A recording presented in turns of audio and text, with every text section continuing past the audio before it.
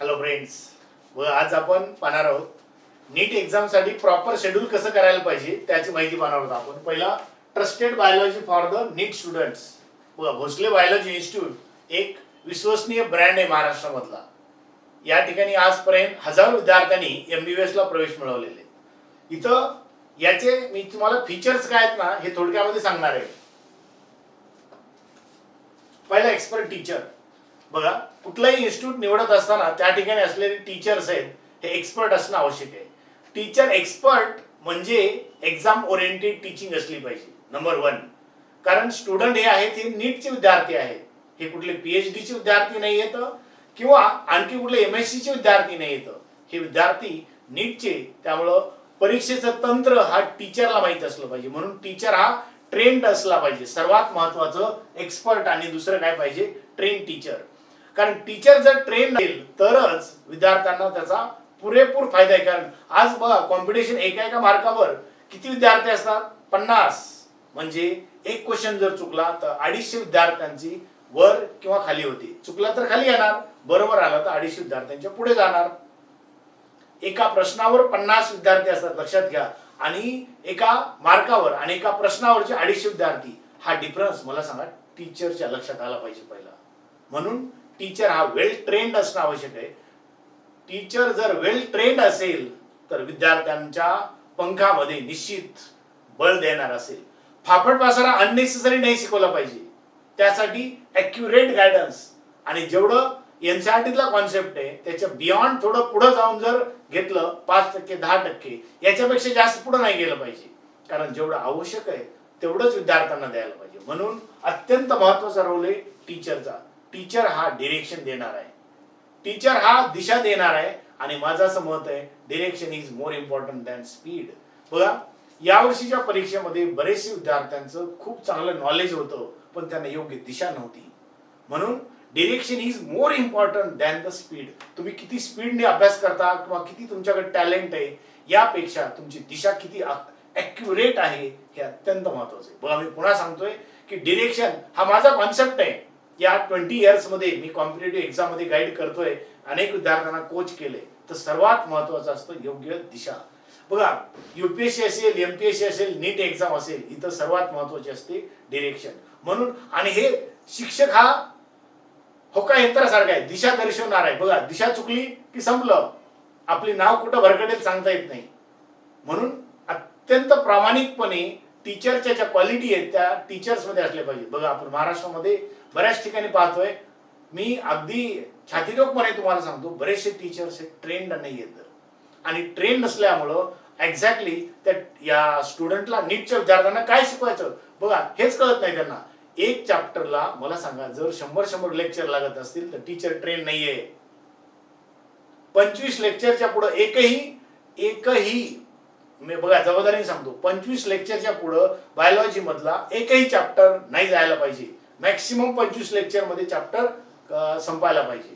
आणि संपत नसेल तर टीचरकडे स्किल नाहीये. बघा, नॉन कॉर्डेटा किंवा कॉर्डेटा, ॲनिमल किंगडम, 9 फायलं मी एका दिवसात शिकवतो आणि मुलांचे परफेक्ट करून पण घेतो. हे स्किल असतं टीचरचं. त्यासाठी टीचर तेवढा एक्सपर्ट असावा लागतो. ॲनिमल किंगडम एक्झाम्पल, त्याच्या ट्रिक्स, मल्टी एक्झाम्पल्स आहे त्याच्यात. समजा उदाहरणार्थ पोरीफेरा, त्याच्यानंतर Cnidaria, papa go to Mumbai, Hyderabad and Chennai. काय बी एक्झाम्पल कुणी पण विचारू द्या, एवढं लक्षात असेल पटकन. ट्रिक्स, बायोलॉजी लक्षात कसं ठेवायचं, म्हणून मी इथं म्हटलंय एक्सपर्ट टीचर. बायोलॉजी मध्ये लक्षात ठेवा, तुम्हाला समजून तर सांगलं पाहिजे, कॉन्सेप्ट पण सांगितले पाहिजेत. महत्वाचं बायोलॉजी लक्षात कशी ठेवायची याचं टीचरला ट्रेनिंग असलं पाहिजे. म्हणून किंगडम ॲनिमल यासारखा चॅप्टर हा 8 ते 10 दिवसामध्ये संपतो. बघा, काही ठिकाणी किंगडम ॲनिमल 2.5 महिने 3 महिने चालतो. आणि सुरुवातीला मग 2.5 3 महिने एक जर चॅप्टर चालला मला सांगा, आणि मग पुन्हा जे मेजर जेनेटिक सारखे चॅप्टर राहतात त्याला पळवापळी होते, 3 4 राऊंड सुरू होतात. गलत. टीचर ट्रेन नाहीये, टीचरला ट्रेनिंग नाहीये. म्हणून टीचर प्रॉपर ट्रेन असणं अत्यंत महत्वाचं आहे. ओके, नेक्स्ट वन,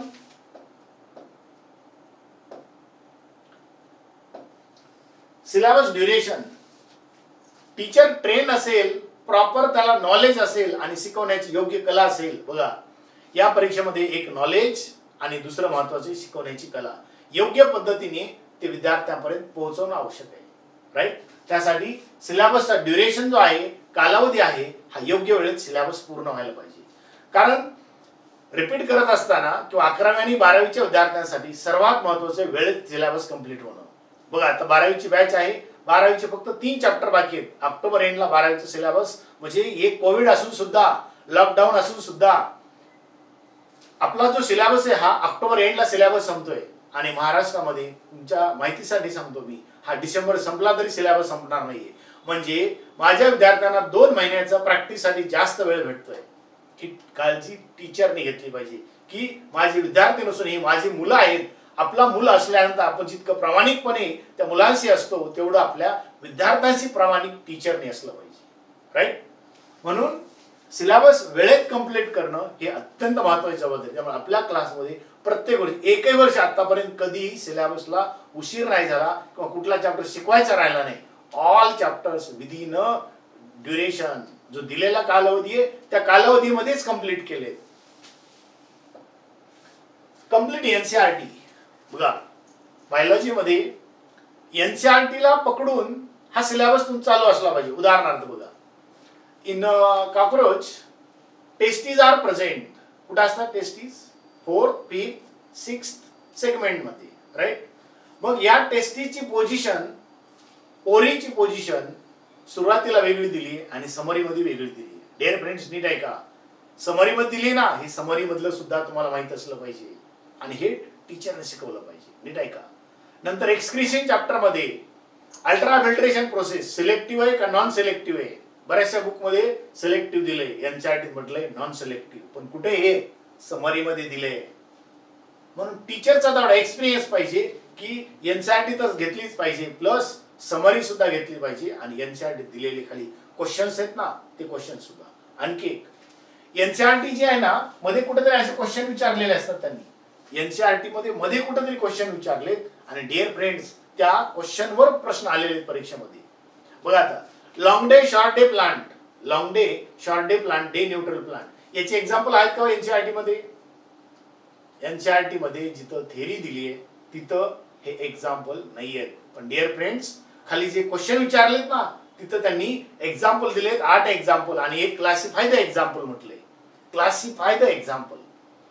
मग हे तुम्ही बियॉन्ड एनसीईआरटी एक्झाम्पल नाही म्हणू शकत. एनसीईआरटीतलेच आहेत, फक्त क्वेश्चन मध्ये दिले. शिक्षकांनी शिकवताना ते त्या पॉइंट शिकवताना, लॉंग डे प्लांट शिकवताना तिथे शिकवले पाहिजे. म्हणून मी नेहमी सांगतो ट्रेन टीचर, ट्रस्टेड टीचर, विश्वसनीय टीचर अत्यंत महत्वाचं आहे. तर आपली गाडी या योग्य ठिकाणापर्यंत पोहोचेल. एक लक्षात घ्या तुम्ही, नीटच्या परीक्षेमध्ये तुम्हाला बायोलॉजी मध्ये 330 प्लस जाण्याचं टार्गेट पाहिजे आता तुमचं. आणि बायोलॉजी जर 330 प्लस झालं ना तर फिजिक्स मध्ये एक लक्षात घ्या, तुमचे 20 मार्क 30 मार्क कमी जास्त झाले तरी कव्हर करण्याची क्षमता तुमच्या बायोलॉजी मध्ये पाहिजे. डिअर फ्रेंड्स नीट ऐका. कारण फिजिक्स मध्ये गॅरंटेड कोणी सांगू शकत नाही. जर 20 मार्काचा 30 मार्काचा धोका झाला तिथं, तर धोका तो सहन करण्याची क्षमता आपल्या बायोलॉजीत असली पाहिजे. म्हणून बायोलॉजी मी ऍटलीस्ट मिनिमम सांगतो तुम्हाला 330 प्लस तुमचं स्कोर असलं पाहिजे. पटते सर्वांना? ऐका, फिजिक्स मध्ये कॅल्क्युलेशन मध्ये मिस्टेक झाली, नंतर काही प्रश्न समजून घेण्यात मिस्टेक झाली, बऱ्याच वेळेस आपल्याकडून गलती होते. कारण आतापर्यंत अनेक मल्टी स्टुडंट कडून आपण पाहतोय 10% मुलं आहेत की जे आउटस्टँडिंग परफॉर्मन्स करतात. मेजॉरिटी कॉमन स्टुडंट साठी धोका होऊ शकतो आणि जर झाला तर भरून काढण्याची ताकद तुमच्या बायोलॉजी मध्ये असली पाहिजे. So biology always with trusted teacher. Right. Complete NCERT. NCERT ला फिगर बेस्ड क्वेश्चन. बघा यावर्षी परीक्षेत 2020 ला आलेला क्वेश्चन होता, एक 2020 ला आलेला क्वेश्चन काय होतं बघा. एनसीईआरटी असे 2 ग्राफ आहेत. ही कशाची लेवल आहे? एफएसएच. ही कुठले सांगा? Second LH. आणि आणखी एक होतं खाली या ठिकाणी असं इस्ट्रोजनची. ऍक्च्युअली कधी असतं हे? 14th डे ला. हे पिक पॉइंट कधी असतात? 14th day of menstrual cycle. यावर्षी प्रश्न कसा विचारला होता? इस्ट्रोजनची पीक लेवल असते ना, म्हणजे ओव्हुलेशन पिरियडला पीक लेवल कोणाची असते? ऑप्शन होते इस्ट्रोजनची पीक लेवल, इस्ट्रोजनची डाऊन लेवल, प्रोजेस्टेरॉनची पीक लेवल, प्रोजेस्ट्रॉनची डाऊन लेवल. एफएससी ची एलएच दिलाच नव्हता, कारण ओव्हुलेशन कोणामुळे होतं? एफएससी आणि एलएच मुळे होतं. ओव्हुलेशन एफएससी आणि एलएच, मेजर रोल एलएच चा आहे. पक्का? मग एक्झामिनरने जो प्रश्न विचारलाय ना, हा याच्या फिगर बेस्ड आहे. तुमचं फिगर बेस्ड अंडरस्टँडिंग किती आहे, आणि म्हणून टीचरने हे शिकवतानाच तुम्हाला सांगितलेलं असलं पाहिजे. अत्यंत सुंदर एनसीईआरटी चार्ट दिलेला आहे, तो फक्त टीचरने व्यवस्थित समजून सांगितला पाहिजे. कारण स्टुडंट तुम्ही जेव्हा ऑब्झर्व करता त्यावेळी काही गोष्टी स्टुडंटच्या लक्षात नाही येत. की समजा विचारलं कॉर्पस ल्युटेमची साईज सर्वात जास्त कधी आहे, एंडोमेट्रियमची साईज सर्वात जास्त कधी आहे, पुढच्या वर्षीचा प्रश्न याच्यावरच असणार आहे आता. आणि हे टीचरचा अनुभव असतो, म्हणून अनुभवी टीचर अत्यंत महत्वाचा आहे. त्यासाठी लक्षात आलं? एनसीईआरटी मध्ये कंटेंट नंबर 1, नंबर 2 विचारलेले प्रश्न, नंबर 3 त्या ठिकाणी दिलेली समरी, ठीक आहे, नंबर 4 खाली दिलेले क्वेश्चन, आणि दुसरं महत्वाचं फिगर्स. हे एनसीईआरटीतलं तुमचं परफेक्ट. आणि बियॉन्ड एनसीईआरटी 5% to 10%. 10च्या पुढे नाही जायचं, लक्षात ठेवायचं. 10%च्या पुढे नाही जायचं एनसीईआरटी सोडून, राईट? सो एनसीईआरटी आपल्याला मेजर स्कोर करून देणार आहे आणि आपलं जीवन बदलणार आहे एनसीईआरटी, राईट? मोटिवेशन बघा, बऱ्याच वेळेस विद्यार्थी स्टडी करत असताना डिमोटिवेट होतात किंवा कधी कधी डिस्ट्रॅक्शन्स येतात. त्यामुळे एव्हरी संडेला भोसले बायोलॉजी हाऊसचं काय विशेष असेल तर एव्हरी संडेला तुमची एक्झाम झाली ना, मंडेच्या दिवशी काय असतं माहितीये तुम्हाला? मंडेला मोटिवेशन लेक्चर असतो, 20 मिनिट्स फॉर ऑल स्टुडंट्स. कारण इथं बघा, प्लॅनिंग करत योग्य वेळी प्रत्येक मंडेला तुम्हाला 20 मिनिटचा एक वेगळा लेक्चर असतो, आणि तो असतो मोटिवेशन, जो की महाराष्ट्रामध्ये कुठेही होत नाही. आले पहिलं डायरेक्ट टीचर आपलं सुरू करतात शिकवण्यासाठी. पण मी असं समजतो, विद्यार्थ्यांना मोटिवेट करणं तेवढंच आवश्यक आहे. मोटिवेट केलं ना, न्यूरॉन्स मजबूत होतात. बघा डिअर फ्रेंड्स, माझा एक कॉन्सेप्ट आहे, आपण आपल्या फक्त 13% न्यूरॉन्स वापरतो. जर आपण आपलं अजून ब्रेन यूज करू शकलो तर आपण यश शिखरावर 100% जाऊ शकतो. म्हणून गरज आहे विद्यार्थ्यांना मोटिवेशनची. बेटा तू आणखी लढ कर. जेव्हा असं विद्यार्थ्यांना सांगितलं किती मार्क्स पडले कालच्या परीक्षेत, कमी का मार्क्स आले तुला, असं जेव्हा टीचर विचारतात ना, तर विद्यार्थ्यावर नाही म्हटलं तर नैतिक जबाबदारी वाढते विद्यार्थ्याची. आणि सर आपल्याला विचारतायत म्हटलं, सर आपल्याला लक्ष देत आहेत म्हटलं, सर आपल्याला अप्रिशिएट करतायत म्हटलं, की विद्यार्थ्यांचा कॉन्फिडन्स आहे ना लेवल वाढते. आणि म्हणून विद्यार्थ्यांना प्रॉपर मोटिवेशनची गरज आहे. आणि ते मोटिवेशनचं काम आपल्या भोसले बायोलॉजी हाऊस मधून हे प्रत्येक सोमवारी हे मोटिवेशन दिलं जातं विद्यार्थ्यांना.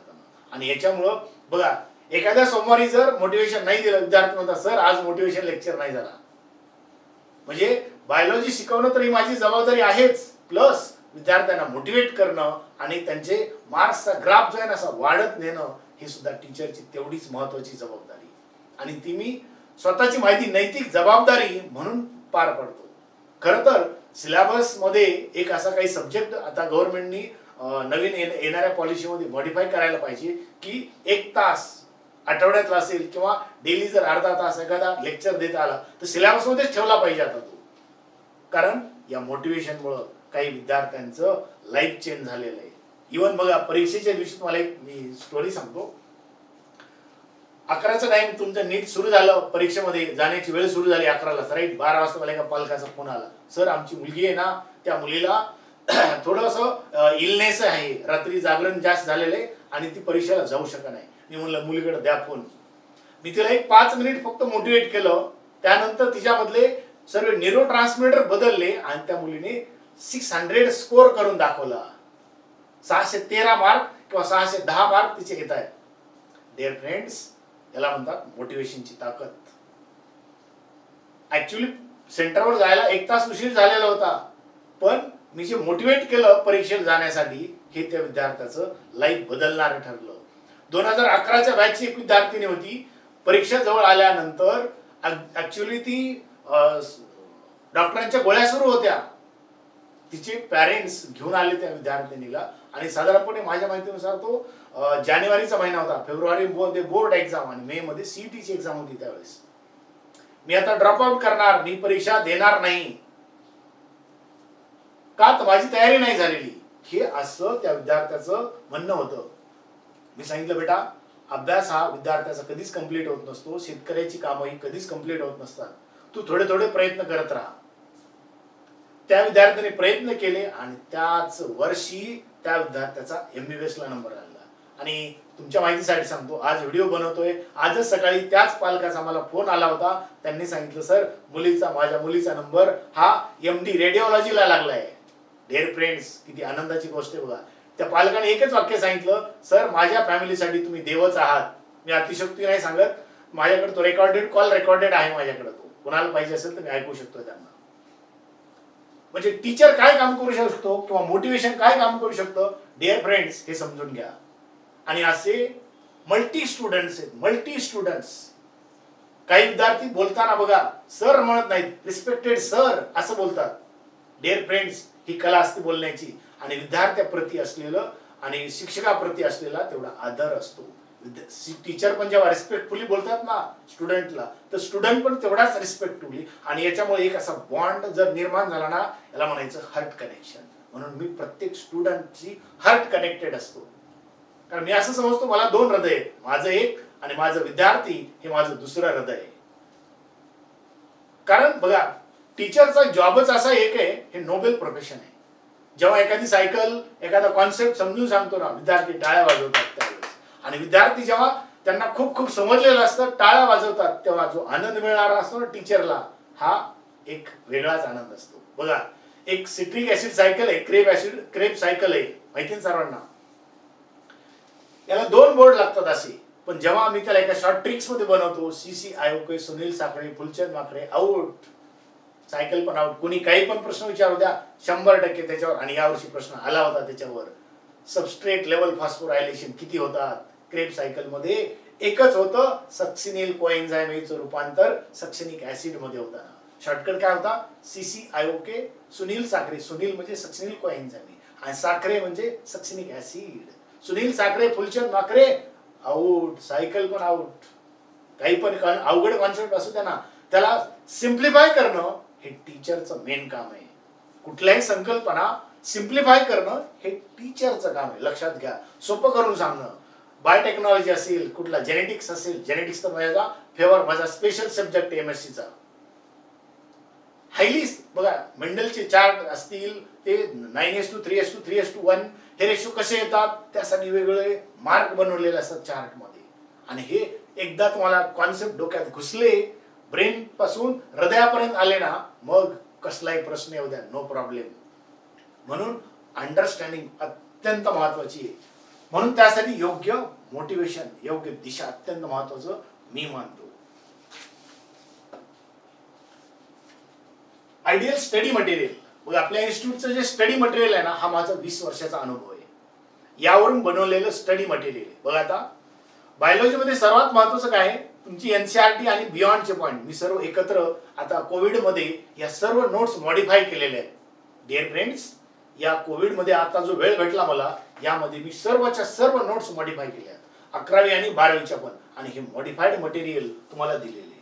याच्यामध्ये प्युअर NCERT आणि 5% ते 10% बियॉन्ड. म्हणजे तुम्हाला काही फापट पसारा, कुठलंही पुस्तक घेऊन वाचत बसायची गरज नाही. पॉईंट जर एका ठिकाणी असतील ना, नंबर 1, एका ठिकाणी सर्व पॉईंट, नंबर 2, पॉईंट वाईज असतात, 1 2 3 4 5. मग हे लक्षात बघा, बायोलॉजीमध्ये बऱ्याचशा विद्यार्थ्यांना काय होतं, NCERT काहीतरी दिलेलं असतं, काहीतरी एक्स्ट्रा पॉईंट असतात. मग एकत्र हे सर्व दिलेली. बस स्टडी मटेरियल आणि NCERT एवढंच वाचायचंय. तुम्हाला कुठलंही पुस्तक घ्यायची गरज नाही. एकही प्रश्न बाहेरचा येणार नाही याची गॅरंटी देतो मी, कारण माझा अनुभव आहे हा. काय म्हणलं, ऐकलं? म्हणून study material 100% NCERT base with त्या टॉपिकचे जे एक्स्ट्रा पॉइंट आहेत ते पण आता मी नोट्स मध्ये दिलेले आहेत. सो तुमचा इथं महत्वाचा फायदा काय, वेळ वाचतो. अनेक मटेरियल वाचण्यात वेळ घालवण्याची गरज नाहीये. ऑल पॉइंट्स तुम्हाला नोट्स मध्ये दिलेले. म्हणून काय नाव दिले याला मी, आयडियल, आदर्श, उत्तम स्टडी मटेरियल. कारण माझा हा अनुभव आहे, मी त्या ठिकाणी पूर्ण पणाला लावलेला आहे. नंबर 1.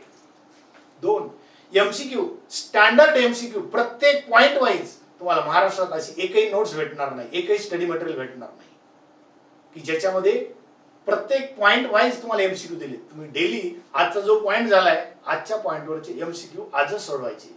डिअर फ्रेंड्स, मी नेहमी सांगतो आणि माझा एक कॉन्सेप्ट आहे, नीट ऐका. समजा एखाद्या विद्यार्थ्याला 500 मार्क्स आहेत, एकाला 600 मार्क आहेत, तर या 500 आणि 600 यांच्या नॉलेज मध्ये फरक नसतो डिअर फ्रेंड्स, यांच्या नॉलेज इम्प्लिमेंटेशन मध्ये फरक असतो. म्हणून उत्तम क्वालिटीचे क्वेश्चन्स तयार केलेले आहेत मी. हे उत्तम क्वालिटीचे क्वेश्चन्स तुम्हाला या नोट्स मध्ये दिले आणि एव्हरी टॉपिक वाईज दिलेले. ठीक आहे. आणि लेटेस्ट सर्वात महत्वाचं विशेष काय असेल तर लेटेस्ट डीपीपी चॅप्टरच्या सर्वात शेवटी लेटेस्ट म्हणजे 2013 पासून ते 2020 पर्यंत आलेले सर्व क्वेश्चन्स त्याच्यामध्ये दिलेले. कारण 13 ला नीट सुरू झाली तेव्हापासूनचे आलेले सर्व क्वेश्चन ही डीपीपी तुम्हाला सोडवता आली. शेवटची डीपीपी साधारणपणे 50 ते 100 क्वेश्चन असतात. हे VIP क्वेश्चन्स असतात. लेटेस्ट क्वेश्चन तुमची एका चॅप्टरची तयारी किती झाली आहे हे जर व्हेरीफाय करायचं असेल तर हे क्वेश्चन्स राईट. नॉलेज कसं वापरायचं हे याची ट्रेनिंग देणारे म्हणजे MCQ. Okay. Proper exam schedule बघा. आता प्रत्येक संडेला आता साधारणपणे 30 सप्टेंबर पर्यंत तुमचं एक लेक्चर राहील. त्याच्यानंतर 1 ऑक्टोबर पासून 2 लेक्चर राहणार, 11वीचे 1 आणि 12वीचे 1. त्या संडेला तुमचं या दोन्ही चॅप्टरची एक एक्झाम असणार. संडेला तुम्हाला त्याचं शेड्यूल एक्झामचं टाइम दिलं जाईल. एव्हरी संडेला 2 जे चॅप्टर चालू आहे तुमच्या 11वी आणि 12वी त्याची परीक्षा संडेला होणार. आणि या 3 एक्झाम अशा राहणार. First week, second week, third week आणि मंथ एंडला जो पूर्ण सिलेबस झालेला आहे याच्यावर एक्झाम असणार. बघा किती परफेक्ट शेड्यूल आहे. पुढच्या महिन्यामध्ये परत या महिन्यातले चॅप्टर प्लस पुढच्या महिन्यातले झालेले मंथ एंडला ग्रँड टेस्ट. एव्हरी मंथ एंडला जम्बो टेस्ट. पूर्ण झालेला सिलेबस आहे ना, म्हणून इथं मल्टी प्रॅक्टिस होऊन जातात. 11वी 12वी रेग्युलर तर करायचं प्लस पाठीमागचं आणि असं मंथ एंडला ग्रँड टेस्ट आणि 3 एक्झाम युनिट टेस्ट. म्हणजे जे चालू चॅप्टर आहेत त्या चालू चॅप्टरवरचं हे प्रॉपर. आणि एकदा सिलेबस संपल्यानंतर राऊंड होतात. यावर्षी जवळपास 3 राऊंड झालेले होते. कारण जेव्हा परीक्षेचे राऊंड होतात ना मुलांची परफेक्ट प्रॅक्टिस होते तिथं. सर्वात महत्वाचं आम्ही आता सांगितलं टीचर हा विद्यार्थ्यांशी कनेक्टेड असला पाहिजे. आणि मला माझं असं म्हणणं आहे की मी असं मानतो माझे 2 हृदय, एक माझं स्वतःचं हृदय आणि विद्यार्थी हे माझं दुसरं हृदय.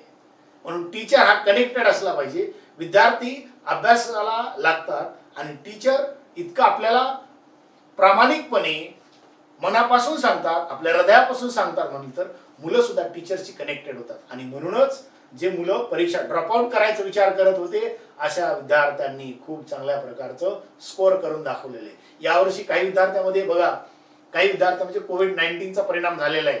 त्यामुळे काही विद्यार्थी लास्टला जरा थोडे डिस्कनेक्ट झाले आणि म्हणून काही विद्यार्थ्यांना आता परत रिपीट करावं लागतंय. म्हणजे बऱ्याचशा विद्यार्थीच्या बाबतीमध्ये झालेलं आहे. ठीक आहे, जे झालं ते झालं. आता एखादा महिन्याचा साधारणपणे हा कालावधी असेल. 1 महिन्याच्या नंतर आपण पुन्हा भेटणार आहोत आणि ही लर्निंग पुन्हा एन्जॉय करणार आहोत. 1 वर्ष गेलं हरकत नाही, पण आयुष्यभरासाठी आपल्याला यशस्वी शिखरावर पोहोचायचंय. त्यासाठी 1 वर्षाचा पुन्हा आपल्याला वेळ द्यायचा आहे आणि प्रॉपर स्टडी करायची आहे.